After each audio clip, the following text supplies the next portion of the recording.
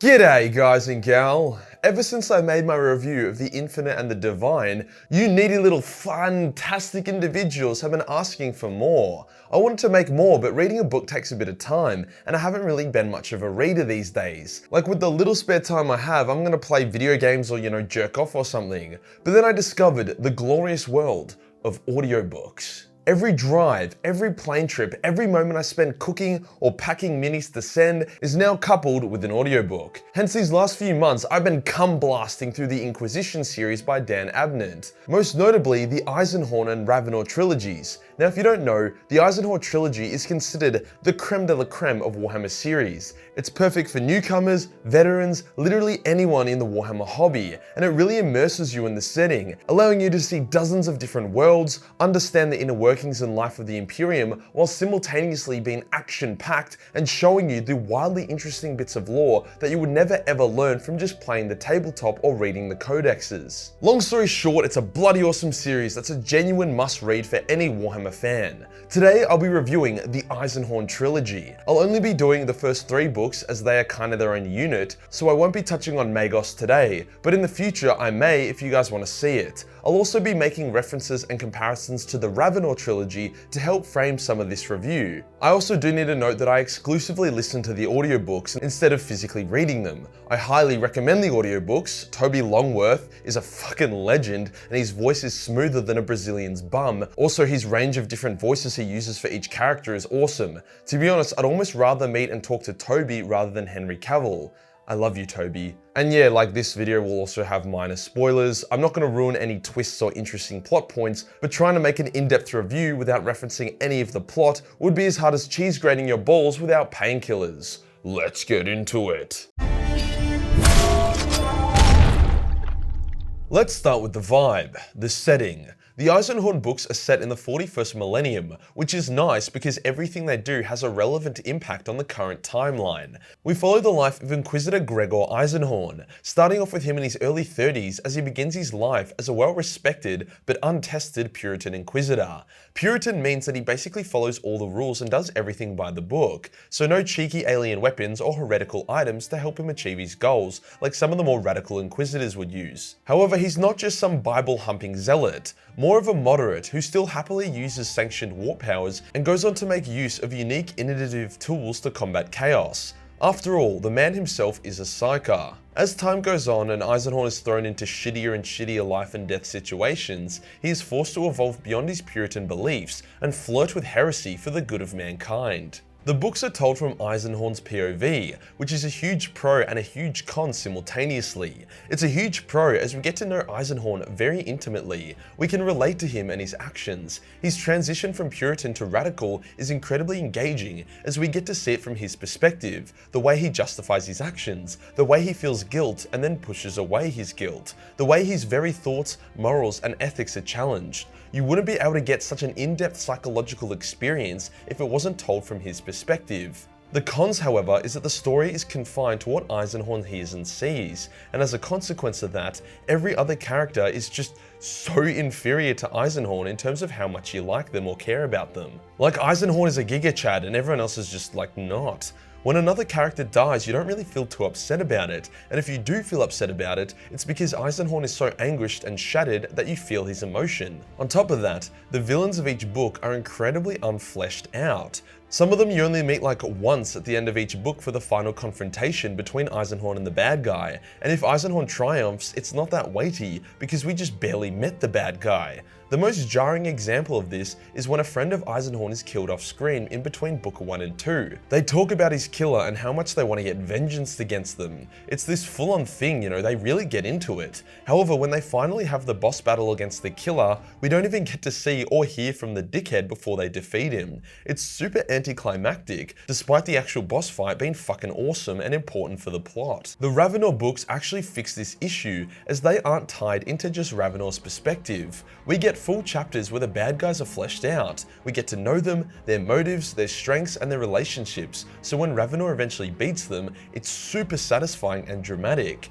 You can definitely tell Dan was aware of this weak point on the Eisenhorn books as he goes to huge lengths to fix it in the Ravenor series, and to his credit, the third Eisenhorn book does does use a villain that we've grown to know and form a connection with. So as much as I prefer Eisenhorn as the main protagonist rather than Ravenor, the Ravenor series jumping between third person and Ravenor's first person allowed them to flesh out Ravenor's friends and enemies to a huge degree, providing an overall better emotional payoff when a character was killed, and holy shit do characters get killed. Not quite Game of Thrones level, but still very solid. No character is killed for the sake of the character being killed though, and whilst there is quite a lot of plot armor for some characters, the story doesn't go full retard in order to keep them alive. So what about the tome and theme of the trilogy? What kind of books are these? Well, the answer is that it's many things. Sure, a book about an Inquisitor and his merry men traveling the galaxy and kicking Xeno and heretic ass is very adventurous. It also incorporates themes of friendship, trust, love, and betrayal. Also, Eisenhorn gets his dick pretty wet on the occasion,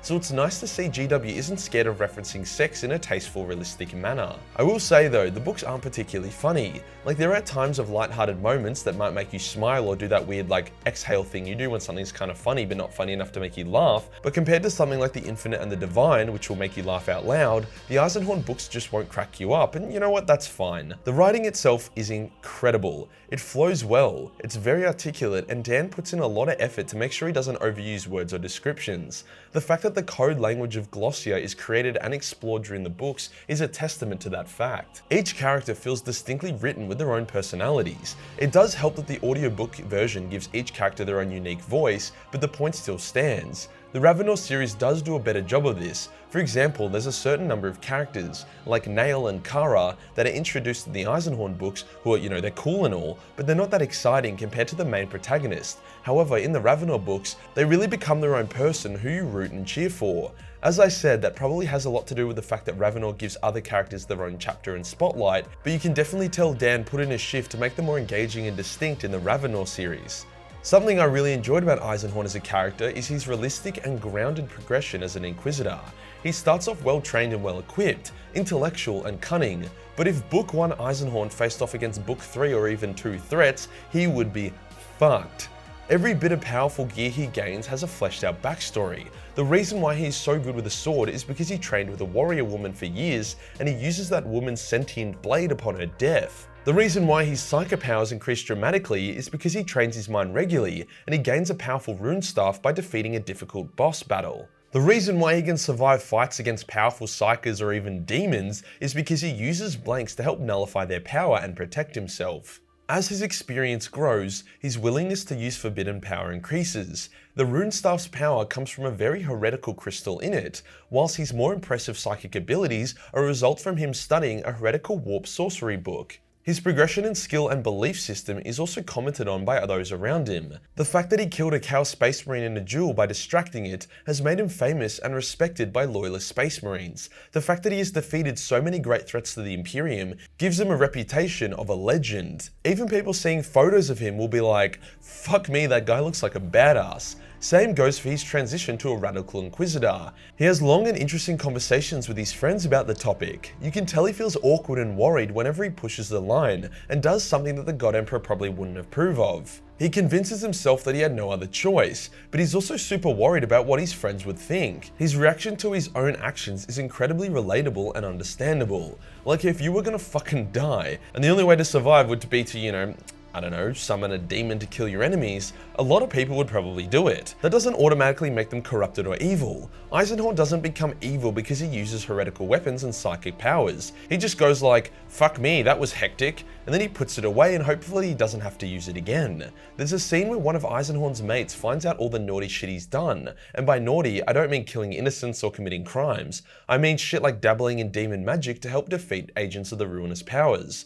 And his mate basically wants him to repent all his sins, and Eisenhorn is like, fuck off bro, and his mate keeps pushing and you can really feel Eisenhorn's frustration. He doesn't want to repent and beg for forgiveness because he thinks his soul is fine. Just because one time he may have used necromancy to puppet a dead body, put a warp vortex inside that dead body, and then send it off to suicide bomb his enemy, doesn't mean his soul is tainted. It just means he has gotten very creative in how he deals with the bad guys. The point I'm making is that Eisenhorn isn't a Mary Sue. He is very capable and competent as a result of centuries of training and difficult situations. Whenever he wins a boss battle, it's because he outplayed his opponent, not because he has hectic plot armor or random god tier abilities. One boss battle in particular required Eisenhorn to fight very powerful demon hosts who had consistently killed his friends and kicked his ass. To beat them, he studied demonology and spoke with a demon expert for months. He then created his demon-killing rune staff. As such, he was incredibly well educated and equipped for taking them down. In a sword fight duel against a powerful foe, Eisenhorn won by creatively breaking his weapon at the right moment, allowing him to pass his opponent's guard and get the killing blow. Sure, there are moments where Eisenhorn is on his ass and is about to get curb stomped, only for one of his companions to come in at the last minute and save him, but it's not an overused trope. I'm also a big fan of Eisenhorn's detective work. You know those stories where the good guy's trying to track down the bad guy, and the bad guy keeps leaving breadcrumbs for the good guy so he can bait the good guy into an epic confrontation that's all a part of the plan, but then the good guy cheeses it and somehow wins? Yeah, that doesn't happen with Eisenhorn. None of the bad guys want Eisenhorn to find them. They fucking hate him, and he genuinely concerns the shit out of them. Eisenhorn finds them because he performs some insane detective work and he puts in a lot of effort. Like, even when a demon was talking about their destinies and how they're intertwined, the demon admitted that the only reason why their destinies were intertwined was because Eisenhorn is the only man with the intelligence and tenacity to fulfill that chosen destiny. If he was some bitch ass, he would have died well before anything destiny related could go down. One final weak point I will point out, however, is that I'm not really a fan of the massive time jumps between each book. I think the time between book 1 and 2 was over a century, and whilst there are short stories that help fill in the gap, it's a bit jarring when various characters you were invested in have randomly died in between books.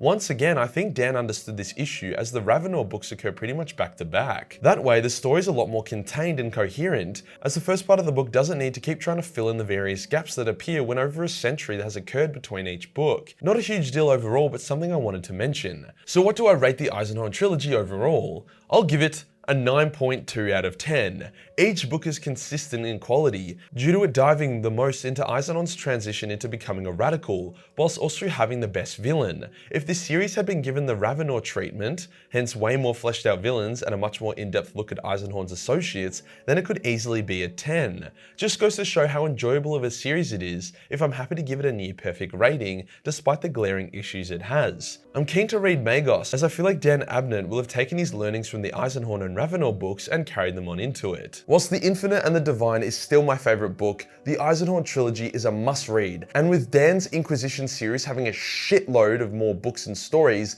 the adventures of Eisenhorn and friends will keep you captivated and entertained for months on end. If you enjoy these review type of videos, then like, comment, share, subscribe, do all that basic shit everyone tells you to do. The better these do, the quicker I'll pump them out. What Warhammer books do you love? Comment them below and I'll be sure to add them to my list.